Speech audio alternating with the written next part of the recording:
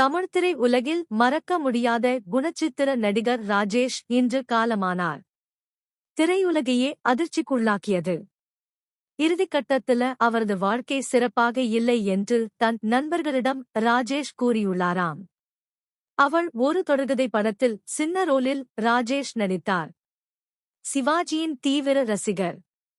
ஜோசியத்தில் ஈடுபாடு கொண்டவர். நீங்கதான் திருமணத்தை நடத்தி வைக்கணும்னு சிவாஜியை அழைத்தார் ராஜேஷ். அவரும் சம்மதித்தார். நண்பர்களின் விருப்பத்திற்கேற்ப ராஜேஷ் எம்ஜிஆரையும் திருமணத்திற்கு அழைத்தார்.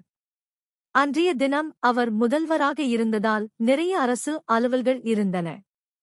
அதனால் வர வாய்ப்பில்லை. ஆனால் என்னோட ஆசிர்வாதம் எப்பவும் உனக்கு உண்டுன்னு எம்ஜிஆர் சொன்னாராம்.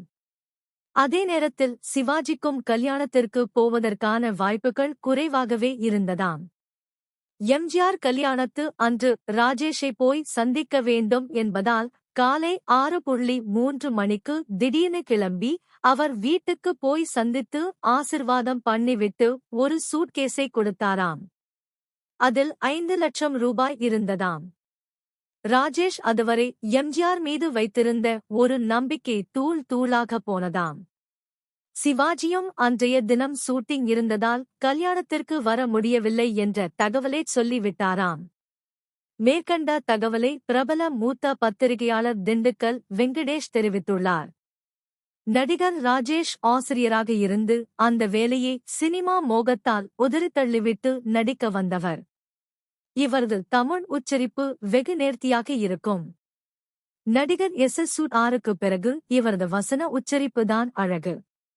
நடிகர் ராஜேஷ் சிவாஜியைப் போல இருந்ததால் அவரது நடிப்பையும் பலர் ரசித்தனர். அதே வேளையில் சிவாஜியின் நடிப்புக்கு ராஜேஷ் தீவிர ரசிகராகவும் இருந்தார். அவர் சமீபத்தில் ஐசரி கணேஷ் திருமணத்தில் அவரை சந்தித்தபோது 99 வயது வரை எப்படி வாழ வேண்டும் என சொல்லித் தருகிறேன்.